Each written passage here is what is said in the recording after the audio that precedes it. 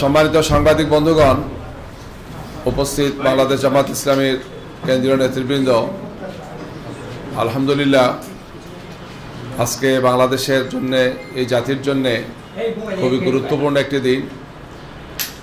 আপনারা জানেন যে গত 2024-এর 36 জুলাই বাংলাদেশে যে ভয়াবহ গণহত্যা হয়েছে, সেই গণহত্যার বিচারের জন্য অন্তর্বর্তীকালীন সরকার তারা দায়িত্ব নিয়েছিলেন। 3টি প্রায়োরিটি তাদের ছিল: সংস্কার, বিচার এবং জাতীয় নির্বাচন। সেই বিচারের গুরুত্বপূর্ণ সেই বিচারের আজকে প্রথম রায়টি আমরা এই মুহূর্তে কিছু সময় আগে ট্রাইব্যুনাল ঘোষণা করেছেন। সেই রায়ের উপর বাংলাদেশ জামাত ইসলামীর সম্মানিত সেক্রেটারি জেনারেল এখানে উপস্থিত আছেন, নেতৃবৃন্দ এখানে উপস্থিত আছেন। আমরা আমাদের তাৎক্ষণিক প্রতিক্রিয়া ব্যক্ত করতে যাচ্ছি। এই সাংবাদিকদের উদ্দেশ্যে ব্রিফিংয়ে এখানে উপস্থিত আছেন আমাদের সংগ্রামী সেক্রেটারি জেনারেল জনাব মিয়া গোলাম পরোয়ার, উপস্থিত আছেন সংগঠনের সহকারী সেক্রেটারি জেনারেল জনাব মৌলানা এটিএম মাসুম, উপস্থিত আছেন সহকারী সেক্রেটারি জেনারেল জনাব ডক্টর এইচ.এম. হামিদুর রহমান আজাদ, সাবেক এমপি, সংগঠনের সহকারী সেক্রেটারি জেনারেল জনাব আব্দুল হালিম, সংগঠনের কেন্দ্রীয় নির্বাহী পরিষদের সদস্য জনাব মোবারক হোসাইন এবং ঢাকা মহানগর উত্তরের আমির, কেন্দ্রীয় সংগঠনের নির্বাহী পরিষদের সদস্য জনাব সেলিম উদ্দিন সহ আমাদের সম্মানিত নেতৃবৃন্দ এখানে উপস্থিত আছেন। আমি এ পর্যায়ে আমাদের সম্মানিত সেক্রেটারি জেনারেল জনাব মিয়া গোলাম পরোয়ার, সাবেক এমপি, তাকে আজকে সাংবাদিক বন্ধুদের সামনে জামাত ইসলামীর পক্ষ থেকে তাৎক্ষণিক প্রতিক্রিয়া ব্যক্ত করার জন্য তাকে আমি অনুরোধ করছি। জনাব মিয়া গোলাম পরোয়ার।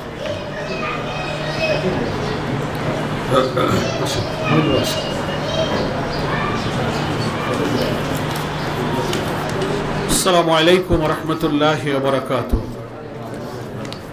আলহামদুলিল্লাহি রাব্বিল আলামিন, সালাতু ওয়াসসালামু আলা সাইয়্যিদিল মুরসালিন ওয়া আলা আলিহি ওয়া সাহবিহি আজমাইন। সম্মানিত সাংবাদিক বন্ধুগণ, উপস্থিত আমাদের দুই পাশে দাঁড়ানো আপনারা লক্ষ্য করছেন সম্মানিত কেন্দ্রীয় জামাত নেতৃবৃন্দ এবং আমাদের প্রিয় দেশবাসী এবং প্রবাসে অবস্থানকারী সম্মানিত ভাই ও বোনেরা,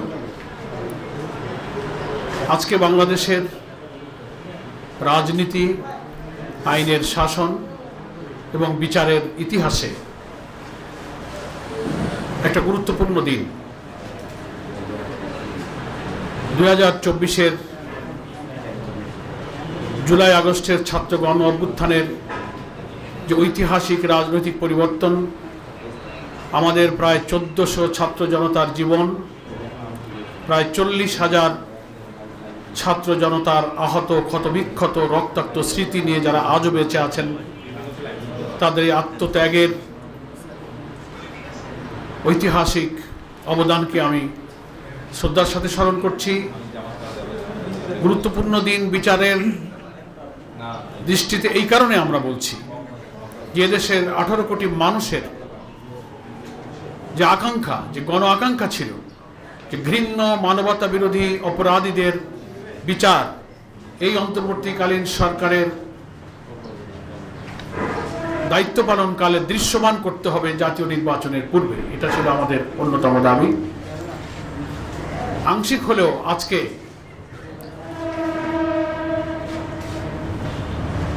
ট্রাইব্যুনালের রায়ের মধ্য দিয়ে সেই জাতির আশাটা কিছুটা পূর্ণ হয়েছে।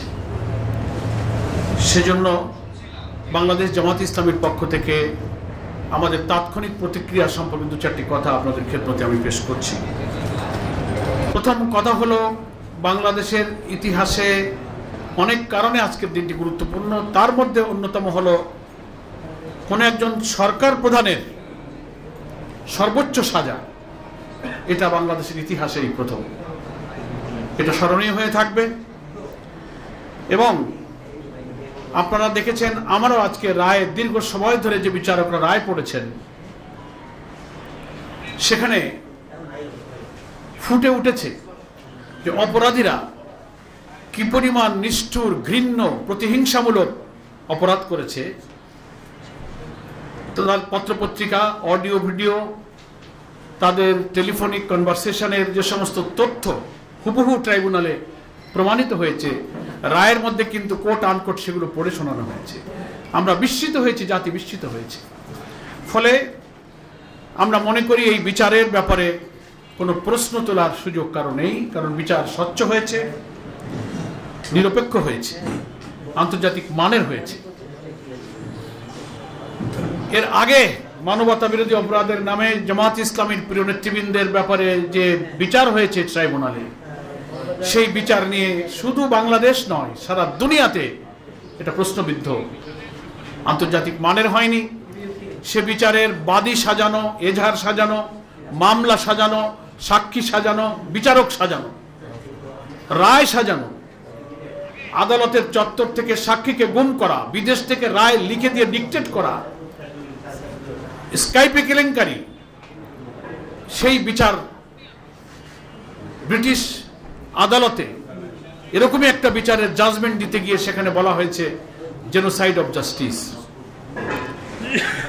আর এই সব মিথ্যা অভিযোগে আমাদের আরেক প্রিয় ভাই, যিনি ইতিহাসের সাক্ষী হয়ে বেঁচে আছেন, আমাদের জননেতা এটিএম আজহারুল ইসলামকে অন্তর্বর্তীকালীন সরকারের এই সময় যে সরকার কোনো রাজনৈতিক পক্ষপাতিত্ব না করে অন্তত আইনের শাসন এবং নিরপেক্ষ বিচারের জন্য চেষ্টা করছে, সেখানে সর্বোচ্চ আদালতে আপিলের রিভিউতে তিনি যে রায়ের মধ্য দিয়ে বেকসুর খালাস পেয়েছেন, সেই রায়েও বলা হয়েছে যে এই সব মামলার অভিযোগের সব ভিত্তিগুলো ছিল রাজনৈতিক উদ্দেশ্য প্রণোদিত।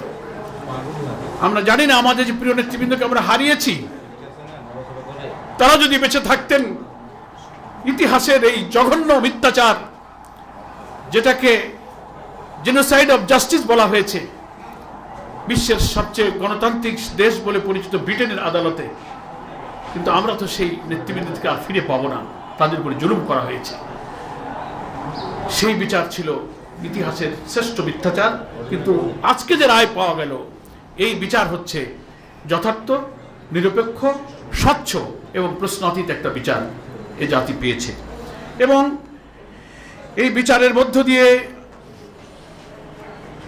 জাতির কাছে এজন্য প্রশ্ন নেই যে যতদিন এই ট্রাইব্যুনালে বিচার কাজগুলো হয়েছে, আপনারা দেখেছেন বিচারের চার্জ গঠন, ইভেন বিভিন্ন বিচার কার্যগুলো লাইভ টেলিকাস্ট হয়েছে সবার সামনে। আজকে রায়টা ফুল টাইম পড়ে শোনানো হয়েছে।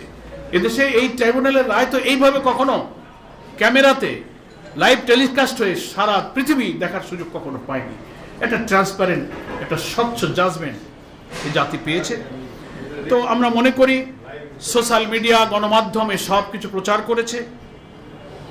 আজকে আমরা এতটুকু মন্তব্য করব, যাদেরকে নিষ্ঠুরভাবে হত্যা করা হয়েছে, আয়না ঘরে খুন খারাপি করে, ক্রস ফায়ারে বিভিন্নভাবে শেষ করা হয়েছে, পিলখানা, শাপলা চত্বর, আরো বিচার প্রক্রিয়া তো সামনে আছে। এটা প্রথম রায় আমরা পেলাম। সেজন্য আমরা মনে করি সবগুলোরই নিরপেক্ষ, স্বচ্ছ বিচার হওয়া উচিত। আজকের রায়ের মধ্য দিয়ে অন্তত ক্ষতিগ্রস্ত পরিবারগুলো, যাদের পিতা হারিয়েছে, স্বামী হারিয়েছে, সন্তান হারিয়েছে, তাদের পূর্ণ ক্ষতির পূরণ হয়তো কোনোদিন হবে না, কিন্তু কিছুটা স্বস্তি তাদের হৃদয়ে এসেছে, একটা সুবিচার তারা দেখতে পেল।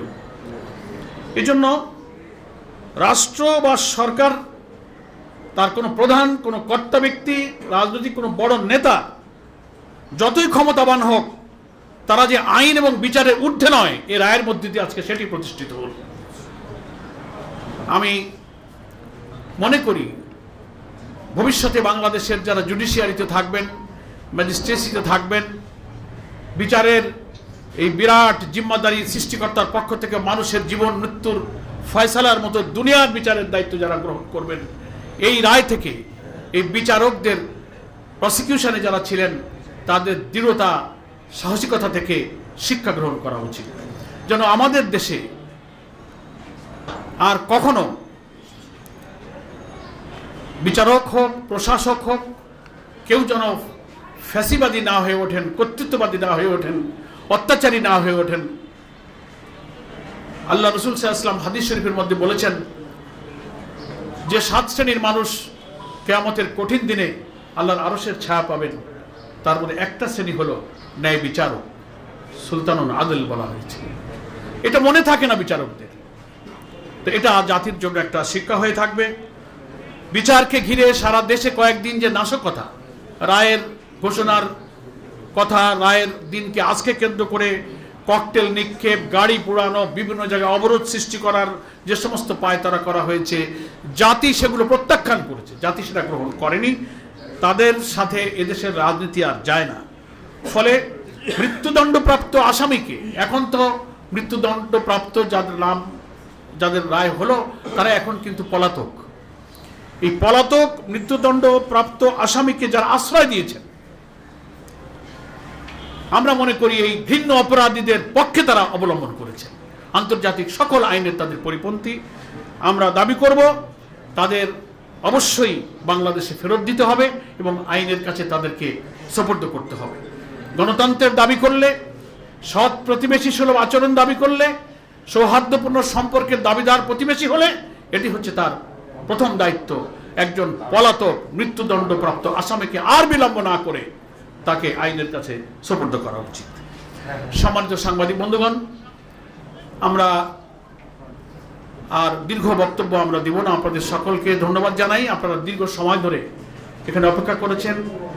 এত বড় মামলার এত দীর্ঘ রায় পড়ে শোনাতে হয়তো আদালতের লম্বা সময় চলে গিয়েছে, আপনারা এখানে ওয়েট করেছেন। আমাদের অনেক নেতৃবৃন্দ এখানে আছেন। আমি আপনাদের সকলকে আবারও বাংলাদেশ জামাত ইসলামীর পক্ষ থেকে মোবারকবাদ জানিয়ে মহান আল্লাহ তাআলার প্রতি কৃতজ্ঞতা জানাই যে এই বঞ্চিত মজলুম জাতি অত্যাচারী শাসকের হাত থেকে রেহাই পেয়েছে। একটা সুবিচারের দৃশ্য অন্তত কিছুটা হলো এই জাতি দেখতে পেল। ভবিষ্যতে যেন এই বাংলাদেশের মানুষ মানবতা, মানুষত্বের একটা সভ্য সমাজ দেখেই যেন আমরা পৃথিবীতে যেতে পারি, পৃথিবী থেকে আমাদের নতুন প্রজন্মের কাছে একটা মানবিক আদর্শিক বাংলাদেশ রেখে যেতে পারি। আল্লাহর কাছে সেই সাহায্য কামনা করে আমি আজকে সংক্ষিপ্ত প্রেস ব্রিফিং এখানেই শেষ করছি। সকলকে ধন্যবাদ। আসসালামু আলাইকুম ওয়া রাহমাতুল্লাহি ওয়া বারাকাতুহু। আমরা আজকের প্রেস ব্রিফিং এর প্রশ্নোত্তরে এটার মধ্যেই যেন থাকি, অন্য কোনো পলিটিক্যাল দিকে না যাই। আপনাদের বক্তব্য কি? আর জামাত ইসলাম যদি ক্ষমতায় যায়, প্রতিবেশী এই দেশের সাথে এই ইস্যুতে সম্পর্কের অবস্থাটা